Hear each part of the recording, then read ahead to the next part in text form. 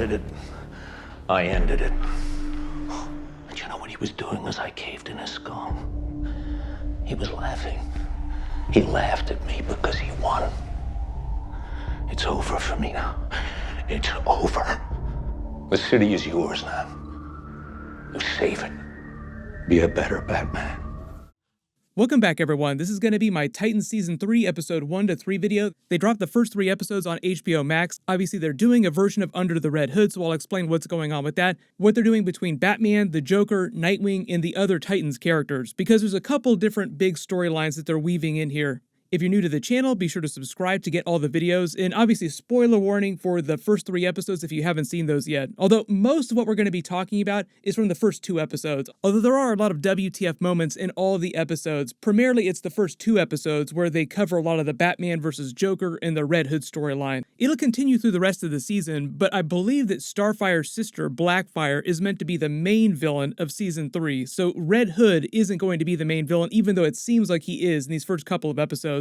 But the whole idea is that they open the season literally with Jason Todd just monitoring the police scanner and catching track of the Joker, who seems like he's been at Amusement Mile. Like, he kills a couple cops, then leaves a trail to Amusement Mile. But the way they're playing this is as if the Joker is actually playing 4-dimensional chess with Batman, and he actually left a trap for Jason. Like, the whole situation was meant to be a trap to kill Jason, or seemingly kill him, in order to entrap Batman and force him to kill the Joker. And that was going to be the Joker's way of beating him, his ultimate victory. So even though they're not really clear about that, it just seems like that was the game the Joker was playing the whole time. Like, yeah, it seems like Jason was just going rogue. Like, he drops an F-bomb and then says he's going to get the Joker after Bruce specifically tells him, no way. Like, it's not about being afraid. It's not about proving anything to me. It's just too dangerous. So Batman is basically flying home when this is happening, so he's unable to go rush help Jason. There's a lot of discussion from all the characters taking Batman to task about what he's like as a father. Like, are you good? Are you actually putting all these children in danger? And then obviously one of the other huge moments from the episode is later when Nightwing finds out that he's actually looking through a bunch of files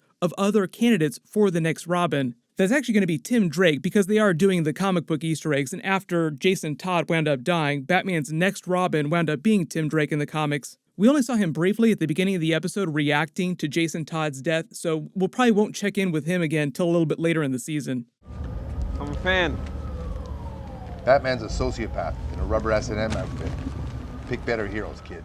I believe they've already renewed the show for Season 4, so I'm actually kind of expecting that they turn him into a bigger character during Season 4. But while Nightwing is investigating this mysterious chemical that Jason had been manufacturing and using on himself, he also finds Batman's files on a bunch of other Robins from the comics. So there's Carrie Kelly, who was the Robin from the Dark Knight Returns comics, there's Daxton Chill, Stephanie Brown, and Duke Thomas. So I think that some of these are just Easter eggs and that's it, but maybe we'll see 1 or 2 of these characters show up in the future of the series. Like I said, Tim Drake is going to be the next big Robin character eventually, but not right away. But the way they pay off this Batman vs. Joker storyline in the Titans universe, because this isn't happening in the Arrowverse, it's sort of like an alternate universe, the way they explain it during Crisis on Infinite Earths, is that he goes a little bit nuts after Jason's death and even asks Nightwing to become Robin again, like, I can't do this by myself, you gotta help me. And after Nightwing gives him a hard pass, he just shows up later in the episode in his room, dropping this bloody crowbar, saying, I did it, I finally did it, I killed the Joker. He started it, I ended it. He explains he killed Joker while he was in Arkham prison, caved his skull in with that crowbar. He admits the Joker basically beat him. That was his ultimate victory. That's why he was laughing while I was caving his skull in. Because that was the whole idea in the first place. Try to kill one of his Robins in order to get Batman to kill him. Big Easter egg for the Justice League Snyder Cut. The whole reason why Zack Snyder brought Jared Leto's Joker back for that nightmare scene was to pay off the idea of the dead Robin from Batman v Superman, the costume that we saw but never really got a lot of answers about. That's why during the nightmare scene, they have a back and forth about sending a boy to do a man's job. That's his reference to a death in the family inside the Snyderverse, and they have their truce with the playing card. But if you remember earlier in the movie when you were getting the flash forward, the vision from the mother box that Cyborg got, you see the ruins of the Hall of Justice, you see a bunch of dead Justice League members including Kilowog Green Lantern, but you also see the Joker's playing card blowing in the wind and it's been ripped in half. And that was the whole thing, the Joker's truce, was the minute that you want to end our truce, you rip this card in half and then we'll kill each other. All you have to do is tear it in half and I'm happy to discuss with you in any way like why you sent a boy wonder. To do a man's job. And make no mistake, I will fucking kill you. Better do it slow. I'm gonna honor that promise. So it was just paying that idea off that in this timeline, this potential future the Cyborg was seeing, Batman did wind up killing the Joker. When it comes to Batman's no-kill rule, it just depends on which director, which producer, which writer is working on the character.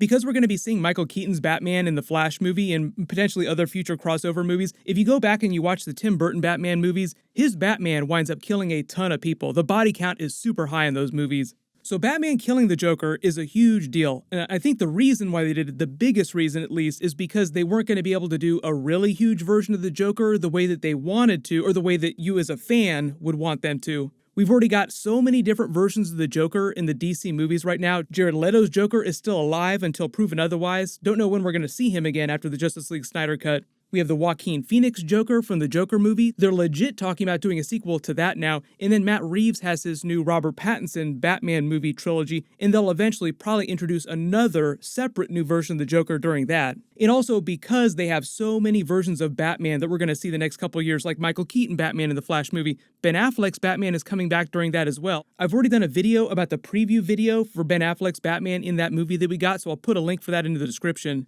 And obviously Robert Pattinson's Batman movie happening next year. So I think the Titans people were like, okay, we're probably not going to be able to do a ton of Batman in a Batman costume the way that fans would want us to, so we need a reason for him to not be around every week. So him killing the Joker, going a little bit crazy and then just taking off for parts unknown to make another Dead Robin joke, kills two birds with one stone.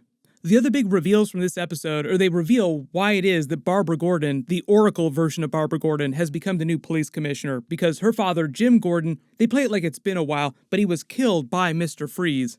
And the reason why she kind of hates Batman during the episode, or at least thinks very poorly of him, is because she believes that working with him and fighting crime the way that they did, or at least using their methods, is what got him killed. Whereas Batman tries to rationalize it, saying that Jim Gordon knew what the price was. He knew that he would eventually probably die in the line of duty. Gotham was just that kind of place. All of the Batman rogues gallery of villains would eventually wind up killing some of them. Also, just a little bit of context and history, because she's in the wheelchair, that means that they've already had their version of the Killing Joke storyline, and it seems like it's been a while since that happened. It's been a while since she's been Batgirl.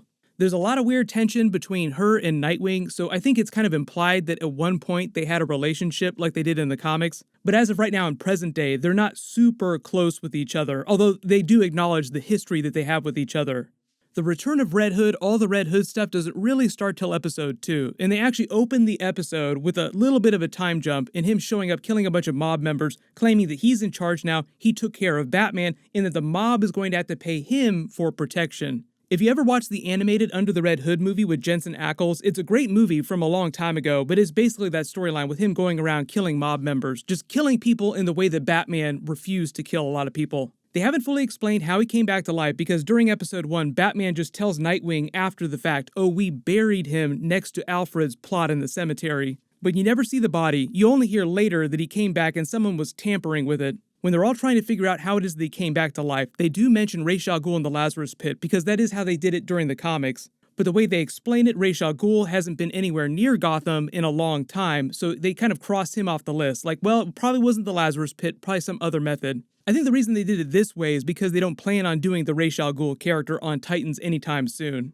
There's a bunch of other stuff that they try to set up for later in the season, like there's all the Starfire, Blackfire stuff off in the background, but I think for right now, it's mostly about them versus Red Hood. I know I haven't talked too much about Scarecrow. They actually have Vincent Kartheiser playing a version of Scarecrow on the TV show. He's kind of like their version of Hannibal Lecter. But when he shows up in the episodes for the first time, he's been in Arkham Asylum for a long time, having been put there by Batman. And even though Raven seems like she's a real big character this season, there isn't a ton of her in the first couple of episodes. They do find out that she's actually busy trying to revive Donna Troy on Themyscira. If you saw the trailer videos that I did earlier this year, you do see that Donna Troy does come back during the season. So that's obviously a big comic book thing too, her dying and then seemingly coming back to life. But that really just scratches the surface. So if there's any big questions you have about what's going on, or the big WTF moments, or what's going on with their version of the Joker, or Red Hood, or Batman, or their Under the Red Hood storyline, just write it below in the comments. There's a ton of Easter eggs that I don't really get into during this video, but I just wanted to cover the really big WTF moments. I just did a huge breakdown video for the Suicide Squad movie, so I'll put a link for that down in the description. You can click here for my full Suicide Squad post-credit scene video, and click here for my full Marvel What If Episode 1 video. Thank you so much for watching, everyone stay safe, and I'll see you in the next video.